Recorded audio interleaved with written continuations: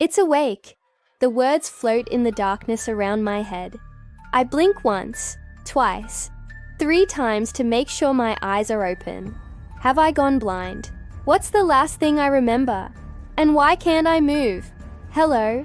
I ask the darkness. Are you scared? Then laughter replaces the words. It's a high-pitched halting cackle that echoes harshly off the hard walls. Brick, stone. Am I in a basement? I try to move my arms and legs, but they're strapped tightly to whatever I'm laying on. It's rigid, and its creakiness make me think that it's wood. Whatever this is, a table or some kind of other platform, seems to be tilted. I could feel sweat drip down my back, so I know I must be upright. Yes, I say. I'm scared. The laughter stops suddenly, like it's been playing on a radio that just got unplugged. Good, that's just how it likes him. I ask again. My captor chuckles. I can't tell if it's a man or a woman. It almost sounds like it's coming through a speaker or like a tiny megaphone.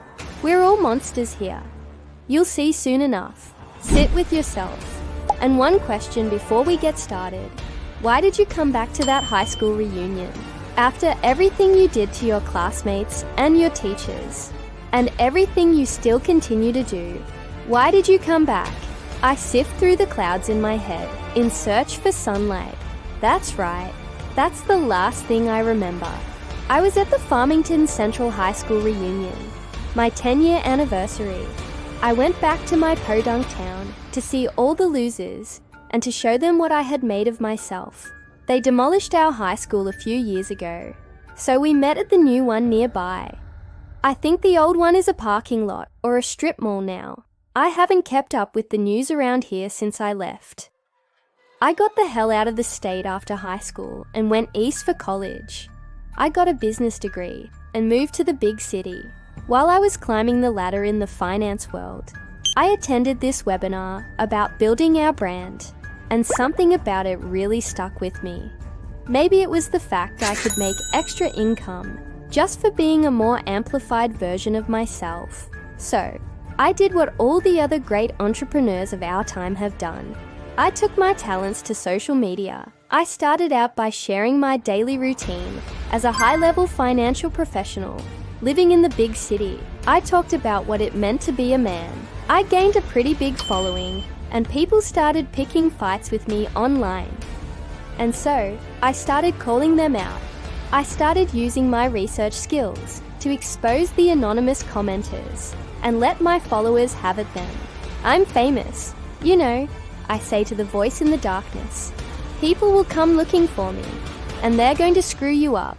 Your followers do have a certain appetite for blood, just like you always have, just like you did in high school.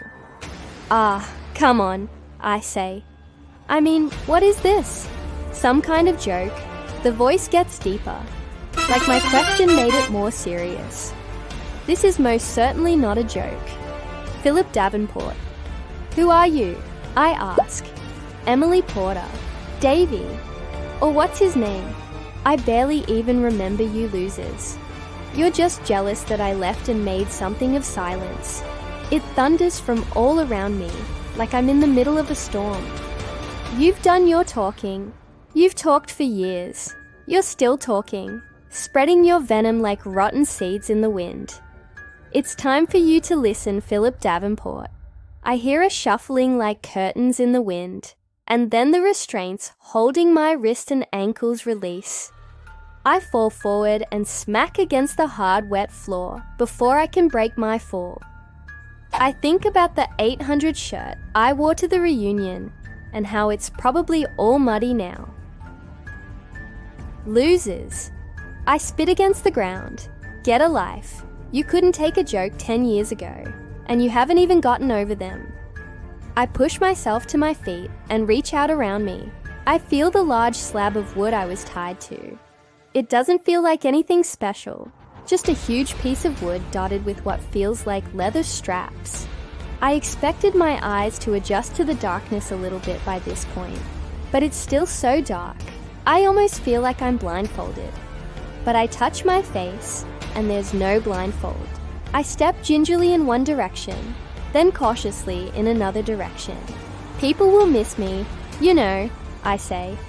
Well, come looking for me, whatever the hell this is. You haven't guessed yet. Now that I'm a little less groggy, I'm starting to hear that voice better. It sounds like multiple voices speaking at once.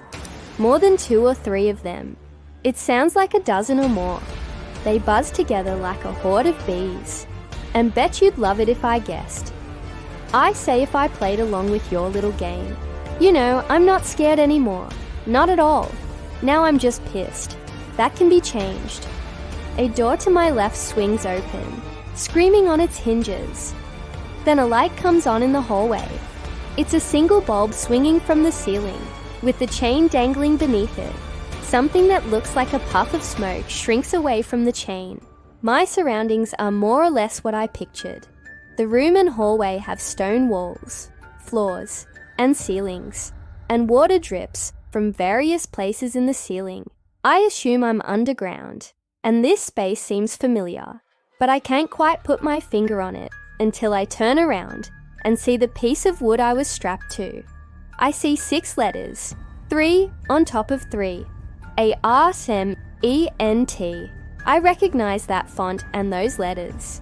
It was the main sign in front of Farmington Central High School. Are those memories returning, Mr. Bigshot? I'm in the tunnels below the school, I say. The old school, the one they demolished. The school crumbled, but the tunnels remain, and so do the echoes. A chill runs through me, and I could feel my heart speed up. The echoes, I ask. A girl's voice says from the hallway. I recognize her voice, but can't remember her name. Do us a favor and kill yourself. A boy's voice says again. I know that voice, but can't place it. Insults assault me from all sides. They call me names. They tell me I'll never amount to anything. They say nobody will ever love me. I can't place the voices, but after a minute, I recognize the words. They're mine. I said all these things in the building that used to stand above these tunnels. I'll invite you to the party when you lose 20 pounds. The last voice says, before the tunnel goes silent, and that one I know, Carl Lackadell. I locked him down here for a whole school day once. I dragged him into this exact room, and then ran, pulled the light switch to turn it off, and climbed up the ladder before Carl could catch up to me. That nerdy little soy boy had pissed himself by the time I finally fished him out of here. He said he was going to report me, and I told him that if he did, I would beat his sister so badly, nobody would want to take her to prom. It was a popular threat of mine. And then, as a cherry on top of my prank, I made that dork eat dog food out of my hand and thanked me for it. He was starving and terrified after his time in the tunnels. I've grown a lot since then, I say, putting on my best regretful voice. I made mistakes. I was immature. Are you afraid, Philip? Just let me out of here, I say. Come into the light, Philip. It wants to see that brave face of yours a little better. There was that it again. What was it? And why does it want to see me? I shuffle my way out of the room and into the tunnel. There's a strange smell out here, and a film clinging to the walls. I reach out to touch it, but think better of it and drop my hand to my side. When the voice speaks, it's louder than it was in the other room. You can touch it, Philip. You had no problem touching it when you were younger. Panic spreads in my chest, like a fresh stain. I clench my fists and take a shuddering breath. Why the hell do you keep saying it? I say. What are you talking about? Who the hell are you? Did you recognize your words when they were repeated back to you a few moments ago? It's surprised you don't recognize them now. I don't remember, I whisper. I put my hands on the side of my head and squeeze. I don't know what you're talking about. The individual voices speak in frantic tones. Up and down the tunnel. I take off running. I know there's a ladder up there past the swinging light bulb. And even if it leads to a pile of rubble, I could still get the hell out of here. And then there's that sound of fabric flapping all around me again. In addition to the screaming of that horrible single syllable, it. I stumble past the light bulb, and it gets to the ladder. Thank goodness it's still here. I climb up and push on the trapdoor. It doesn't budge. Not at all. I scream for help. I pound on the door until my hands throb. All the while, the voices howl that word at me. I drop to the floor and sink to my knees. What? I screech. What do you want? What do you mean? The tunnel goes silent again for a few moments. Then the voice speaks calmly this time. Your victims are never human, are they? Do you recall the ways you would dehumanize them? You scratched names off class lists. You pretended they weren't there. Do you remember what you called so many of them in high school? Your poor, unfortunate victims. I don't want it to be my partner. One voice down the hall says, it shouldn't have a say.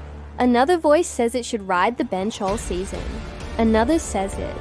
I whisper, I called them it. I've totally forgotten that. I thought it was so creative to do that. Annoying to some, and well devastating to others. I wanted to make them feel like the little rodents they were, the vermin, the dog, on the bottom of my shoe. You convinced them that they were monsters. You made them afraid to be themselves. You made them afraid of the world. You fed on that fear, the fear of the monsters they thought they were. A sound goes up and down the corridor that feels somewhere between a sigh and a rustling. I think the walls just moved.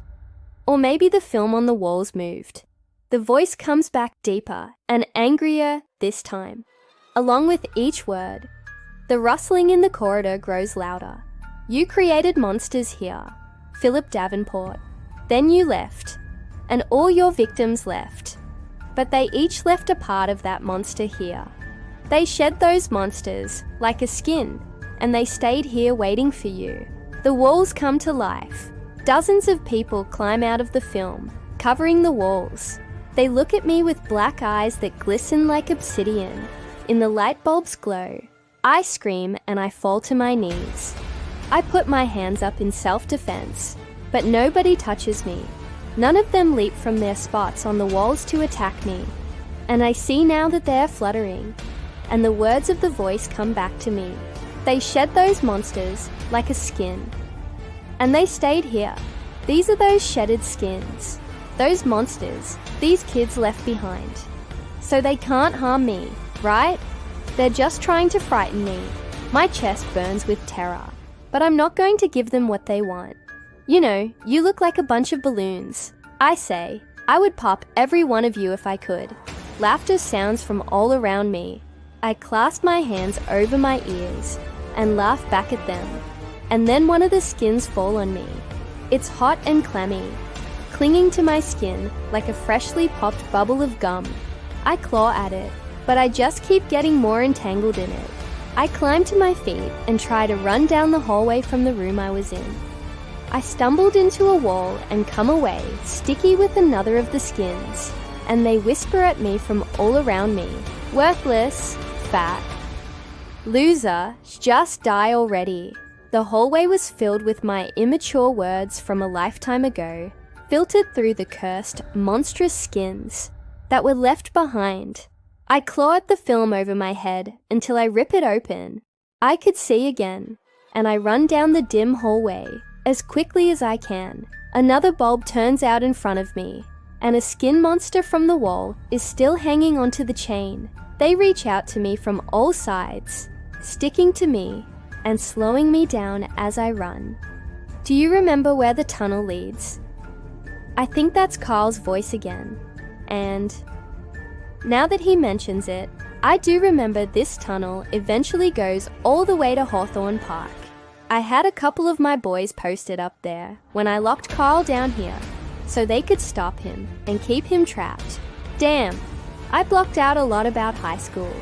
If I can make it to that exit, I can get away from these horrible things forever, and I'm never coming back to another reunion.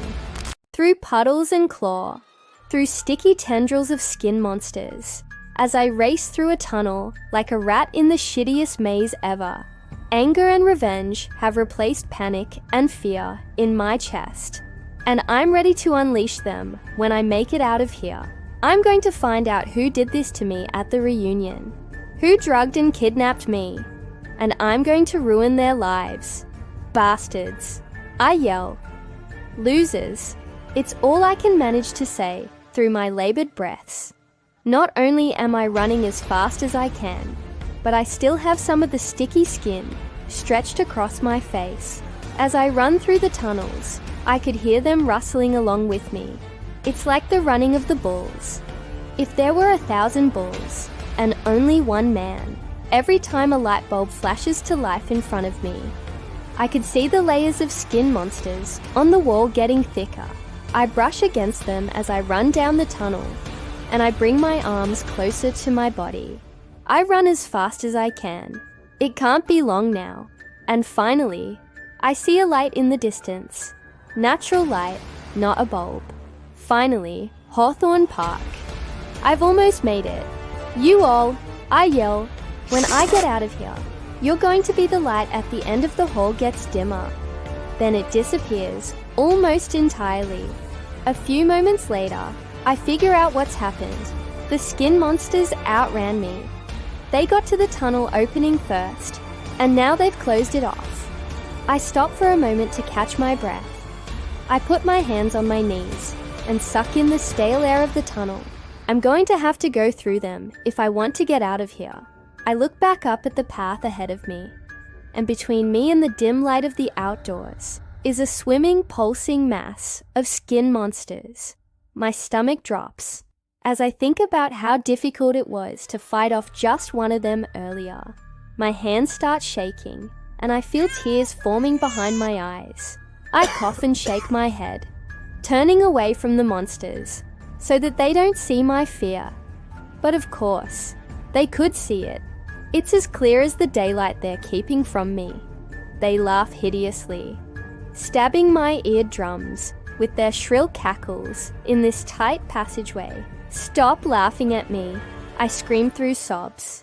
Takes all of you to stop one of me, and he still won't even stop me. I'm not sure if I believe what I'm actually saying, but I have to project strength. That's a language these twerps could never speak, but could always understand. I wipe my eyes, curl my hands into fists, and turn to face them. The black eyes float in the dim light, and I could tell each of them are smiling at me. They won't be smiling for much longer. I crouch like an Olympic sprinter and take off. I howl with rage as I plunge into their gelatinous, sticky mass. I claw away at them. I love the way it feels when I rip them apart. I make progress for a few moments, but their stickiness is too much. It clings to me head to toe. I can barely move as they take me into their supernaturally strong grasp. I claw away at them until I can't move. I grip my teeth and I try to push forward, but they have me, and I scream. And that's when they go inside me. They plunge into my open mouth. It feels like I'm swallowing huge sheets of sticky paper. The eyes drop down my throat like marbles, and I can feel them burst when they reach my stomach. They swim through me. They seep into my ears. They squeeze around my eyes, and they surge up my nose. Worse than the physical sensation of them going through me is the way they make me feel. I'm hopeless. I feel ugly. Hell, I feel stupid. I feel useless. I don't want anybody to see me. I want to stay inside this tunnel forever, so I do not make other people sad with how pathetic I am. I don't want to be around anymore. And after what feels like an eternity, I fall to the stone floor of the tunnel. I'm a different person than I was when I ran into that mass of skin monsters. And now, I'm the monster. And I know it. I've never done a good thing in my life. I have never contributed anything. I have nothing to offer. I curl up in the fetal position and sob.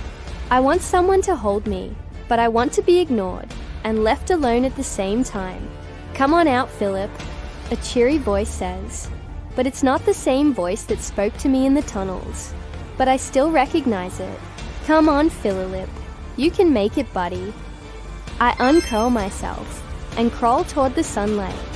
I don't have the strength or the will to stand up. That's it, the voice says. Well, that's a good boy. I crawl until the stone beneath me turns to grass. I inhale fresh air and hear the wind through the trees in Hawthorne Park. And then I look up. Carl Lacier looks down at me. He's a decade older than the last time I saw him, but it's definitely him. He's still the pale, spindly nerd who I trapped in the tunnels when we were in high school. Carl, I sputter.